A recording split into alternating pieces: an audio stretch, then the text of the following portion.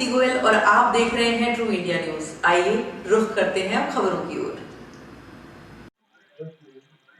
मानव अधिकारों को लेकर आज जो यहाँ पे आयोजन हुआ और आप अध्यक्ष भी रहे, और अभी जो इसमें मानव अधिकार को लेकर किन लोगों को कितना जागरूक होने की जरूरत है, कैसे हो सकते हैं, और इसके लिए आपका जो आज आयोजन हुआ उसको लेकर क्या कहना चाहोगे? सबसे बड़ी बात तो ये है कि यहाँ की जो छात्राएं हैं उन्होंने आज जिस तरह से अपने विचारों को व्यक्त किया है मानवाधिकारों के संबंध में, इससे ऐसा प्रतीत होता है कि आने वाली पीढ़ी जो है वो अपने मानवाधिकारों के प्रति सजग है।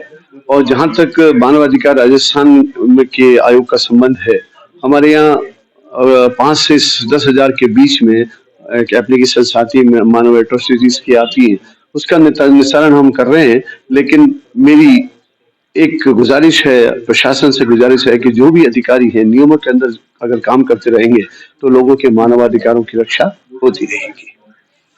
तो ये आपके सरकार के साथ मतलब अच्छा तालमेल अभी भी आवश्यकता है लोगों के सरकार से हमारा कोई लेना देना नहीं है। इंडिपेंडेंट बॉडी है, संसद ने जो एक्ट बनाया है उसकी तरह एस्टेब्लिशमेंट होता है इसका।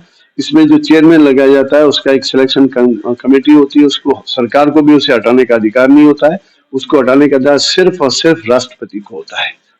और इसलिए इंडिपेंडेंट बॉडी है। लोगों के मानवाधिकारों की सुरक्षा के लिए जो हमारे पास में परिवाद आते हैं उनका निस्तारण हम नियमों के तहत करते हैं। और जागरूकता को लेकर अजागरूकता की कमी है, उसके लेकर क्या कार्य करने? जागरूकता की कमी नहीं है, लोग अपने अधिकारों के प्रति सजग हैं, लेकिन उसके बावजूद भी अगर कॉग्निजेंस लेकर के हम खुद बिना कोई परिवाद के भी अगर टीवी पे या अखबार पे या आपके चैनल पे अगर कोई ऐसी न्यूज आती है जिसमें मानव अधिकारों का हनन होता है तो हम स्वतः उसका प्रसंज्ञान लेकर के कार्रवाई करते हैं। Thank you. आज जो मानव अधिकार कार्यक्रम जो आयोजन हुआ उसी को लेकर आप क्या कहना चाहोगे? महिला महाविद्यालय द्वारा मानव अधिकार दिवस पर ये जो कार्यक्रम आयोजित किया गया है वो अपने आप में बहुत सुंदर आयोजन है, और मैं ये सोचता हूँ कि मानव अधिकारों की जानकारी अधिक से अधिक लोगों तक हो।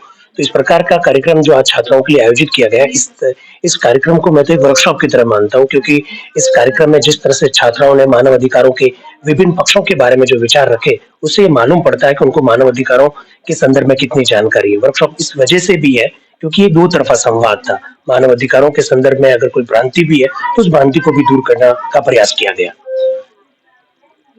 तो इस चाहिए, और मुझे तो लगता है कि सतत आयोजित होने चाहिए, क्योंकि मानव होने के नाते जो अधिकार है उसके लिए ये कार्यक्रम था।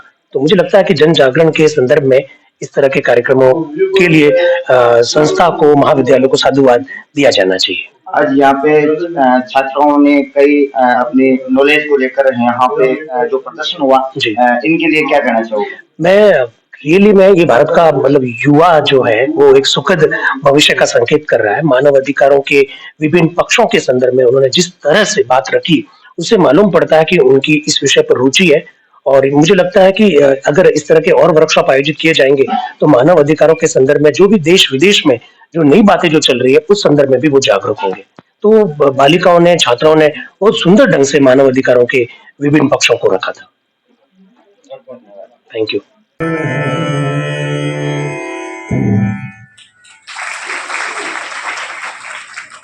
ऐसे विषय पर जब बात कर रहे हैं और रैवी कल्चर जैसा जब शब्द आए तो हमको दो तरफा सोचना चाहिए। इसमें कोई संदेह नहीं है कि सरकार या राज्य जो भी काम करते हैं वो टैक्स पेयर के पैसों से करते हैं। वो हमारे लिए किसी भी प्रकार से कोई दाता नहीं है, हमारे प्रतिनिधि के रूप में काम करते हैं। तो टैक्स पेयर का पैसा कहाँ खर्च होना चाहिए ये बिल्कुल टैक्स पेयर को पूछने का अधिकार है। लेकिन आप इस बात को भी देखिए कि देश में सारी जनता टैक्स पेयर नहीं है। 75 वर्ष के बाद में भी देश का एक बहुत बड़ा भाग ऐसा है जो विकास की जो मुख्य धारा जो है उसमें अभी तक प्रवेश नहीं कर पाया। तो रैवी कल्चर जैसे शब्द को एकदम हम सिरे से खारिज नहीं कर सकते। हम इस शब्द पर चर्चा कर रहे होते हैं, हम जब टैक्स पेयर के अधिकारों पर जब चर्चा कर रहे होते हैं तो हमें यह भी देखना चाहिए कि अंतिम व्यक्ति तक उस बात को पहुंचाया जा रहा है कि नहीं पहुंचाया जा रहा है, या अंतिम व्यक्ति तक राज्य है, हमारा देश आजाद हो गया है, इसकी खुशबू फैल रही है या नहीं फैल रही है, इस बात को भी देखा जाना चाहिए। अंतिम व्यक्ति जो है उसके मानव अधिकारों को भी देखा जाना चाहिए। मुझे यहाँ बुलाया, अपनी बात को रखने का अवसर दिया। मैं महाविद्यालय परिवार का बहुत आभार व्यक्त करता हूँ और इसमें कोई दो राय नहीं है कि आज मेरे मानव अधिकार बहुत ऊंचाई पर पहुंच गए हैं कि जब मुझे सर के साथ मंच साझा करने का मौका दिया। गुरुवर प्रोफेसर एस.पी. व्यास जी का आशीर्वाद हमेशा हम पर बना रहता है। मैं आपका बहुत बहुत आभार व्यक्त करता हूँ। Thank you very much. मैं सर के बारे में थोड़ा सा बता दूं। Sir is working as an assistant. ये कैसे हो जाती? इतनी बड़ी चौड़ी सड़क इसके अंदर नहीं होती। मैंने 100 मोटर कॉग्निजेंस लेकर के ऑर्डर किया, उस वक्त तो पूरी खाली रोड होने लगी, अब वापस हो गई। अब आप देखो चारों तरफ कारें ही कारें पड़ी है। जो रेंट पे जमीन होती है वो लेनी। अपने घर पे एक ऐसा मैंने ऑर्डर किया था कि एफिडेविट ये देगा कोई कार परचेज करने वाला कि मेरे पास में पार्किंग की जगह है, तभी उसका रजिस्ट्रेशन किया जाए। वो सारे एफिडेविट झूठे जा रहे हैं, हर एक के घर में 4-4 कारें। लेकिन तुम लॉ के स्टूडेंट्स जो हो ना, एक हाई कोर्ट में पब्लिक इंटरेस्ट लिटिगेशन डालो तो साहब ये लॉ है कि एफिडेविट देंगे कि रजिस्ट्रेशन तब होगा जब कार पार्किंग की जगह होगी घर में। अब ये नोटिस देके इनसे पूछिए आरटीओ से कि यहाँ से जितने भी आए उनके सबके इंस्पेक्शन किए क्या, और अगर नहीं किए और जिन लोगों ने इलीगल किए उन सबकी जो गाड़ियाँ जो रद्द करो, इनके रजिस्ट्रेशन और सब कब देना। एक बार अवेयरनेस लाओ। ऐसे भाई मैं कहीं करूँ, मैं कहने वास्ते करूँ, ये हमारा काम नहीं, ये नहीं। अब लॉ के स्टूडेंट का मतलब ये नहीं कोर्ट में जाके बहस करके वकील साहब ने पैसे ले लिए, खूब अच्छा मकान बना लिया, कार ले लिया, ये नहीं। तुम तो सोसाइटी के लिए हो, तुम्हें तो आगे बढ़ना है। इसलिए इस तरह से नाम भी होगा। ये एनएलयू वाले बच्चे क्या करते हैं? एनएलयू वाले बच्चे जो करते हैं, रिट पिटीशन ला के हाईकोर्ट के अंदर अपने हाथ से लिखते हैं, लिख करके पेश करते हैं, खुद अपील होते हैं। तो मेरा तुम लोगों से इतना कहना है कि अपने मानवाधिकारों की रक्षा के लिए, अब प्राइवेट स्कूल में आपके पापा यहाँ पढ़ाते, क्या स्टेट की ड्यूटी नहीं है कि एजुकेशन प्रोवाइड करें?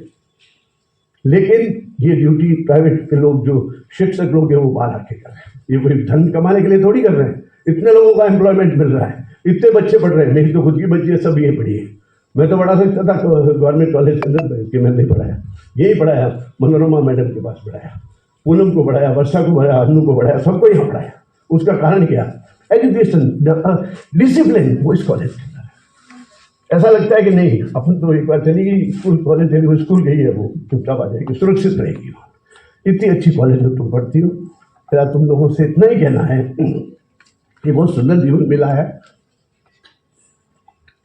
मानव अधिकारों की सुरक्षा, मानव के अधिकार क्या है? बर्थ होते ही ये जो साक्षी बैठी है, इसके पिताजी मेरे ऑफिस में काम करते थे। मैं आपको इस मंच के माध्यम से कहता हूँ कि मैं उनको कहा कि भाई उनके नौकरी नहीं थी पहले उस वक्त, तो मैंने कहा आप मेरे साथ काम करो। तो नथातों की बारी में राइट 10 बजते ही, अब घड़ी मिला लो, वो आ जाते थे ऑफिस में काम करते। शाम को घड़ी मिला लो 7 बजते ही, और रात को 10 बजते ही चले जाते। एकदम डिसिप्लिन आदमी, एकदम डिसिप्लिन आदमी। अब वही है कि वो थे तो एडवोकेट के पास काम करने वाले, लेकिन ऑफिस में जब जाते तो उनको वो कहाँ बता दे, ये थोड़े ऑब्जेक्शन हो तो देखना, ये फाइल कैसे है। तो वो एम्प्लॉय नहीं होने के बावजूद भी उसमें कमियां निकाल के बता देते। तो मेरे जज बनने के बाद उनका रिक्रूटमेंट उन्होंने खुद नहीं कर दिया, वो अपॉइंट हो गया। तो आदमी जो डिसिप्लिन रहता है, जो काम करना जानता है, जो मेहनत करना जानता है, life minus labour is equal to 0, life minus discipline is equal to 0। और ये बात मुझे इस कॉलेज में लगती है, इसलिए मैं जब भी आता हूँ मैं बहुत प्रसन्न होता हूँ। यहाँ बार बार आना चाहता हूँ, मैं खुद लिख के भेजता हूँ। अभी भी कहने का इस कॉलेज में आने का मेरा मकसद ये है। और आप बस बच्चियों से इतना ही कहना, इस आज के कार्यक्रम के सार्थकता तक होगी कि अगली बार मैं जब आऊँ जब ऐसा पता चले कि मानव अधिकारों की सुरक्षा के लिए कोई न कोई याचिका तुमने हाईकोर्ट में की है, कोई असिस्टेंस तुमको चाहिए, मेरे पास आना, मैं लिखा के तुम बताऊँगा ये हमारी प्रॉब्लम है और इसको कोर्ट में करना। बहुत बहुत धन्यवाद। मुझे आज इस कार्यक्रम में आने पे मुझे बहुत खुशी है। और जिस तरह बच्चों ने एड्रेस किया, मैं मैडम को बहुत धन्यवाद देना चाहता हूँ, मनोज जी को, मेरे भाई साहब व्यास जी को, सबको, कि जो संस्कार आप देते हैं। मैं तो, मेरे कल पोती भी हुई है, कल मेरे पोती भी हुई है, 3 डॉटर्स रहीं, और 3 डॉटर्स के लिए पूनम के 2 लड़कियाँ, वो कहते हैं माँ ने वो लड़ले हाथ, उसके हाथ लगा दे, 2 चाटे रखे किए। वो ऐसे ही वो सब संस्कार यहाँ से मिले, मनोरमा मैडम से मिले। वो वर्ष अनु तो रोजाना याद करती है, वो ससुराल में भी बिल्कुल ही जैसे मैं काम वैसे सब करा लो, सुनूंगी नहीं मैं किसी से। वो इस तरह से ये ट्रेनिंग लेके जाओ, काम करूंगी, मेरी ड्यूटी करूंगी, मैं मेरा कर्तव्य करूंगी, लेकिन अन्य से सुनूंगी नहीं, ये ध्यान रख लेना। रेस्पेक्ट में कमी हो जाए मेरे पापा को दे देना और वजह करके, लेकिन रहूंगी तो स्वतंत्रता से रहूंगी। तो मुझे सब बच्ची ऐसी लग रही है, ऐसे ही करेगी सब जा करके। बहुत सुंदर, आप लोगों को बहुत बहुत आशीर्वाद, खूब आगे बढ़ो और मैजिस्ट्रेट बनो। खूब सारी लड़कियां हमारे मैजिस्ट्रेट हो गई, करीब 200-300 में से।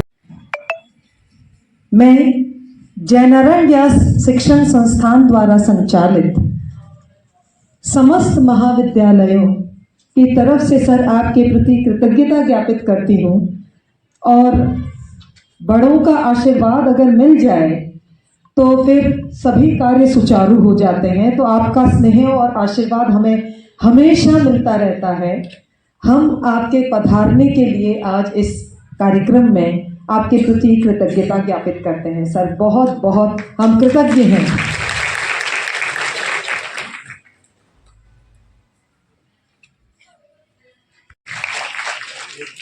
Gehlot sir, sorry Dinesh Gehlot sir, वो इतिहास के मेरे साथी मुझे याद आ गए सर। जी हाँ जी सर, दिनेश गहलोत जी हमारे बीच मौजूद हैं।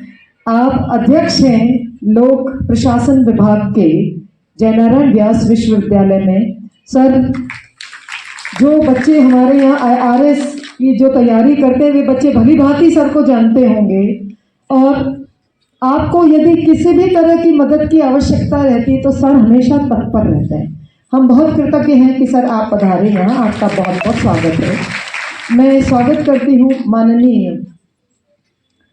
अजय वर्धन जी आचार्य साहब का, regional director Indira Gandhi national open university.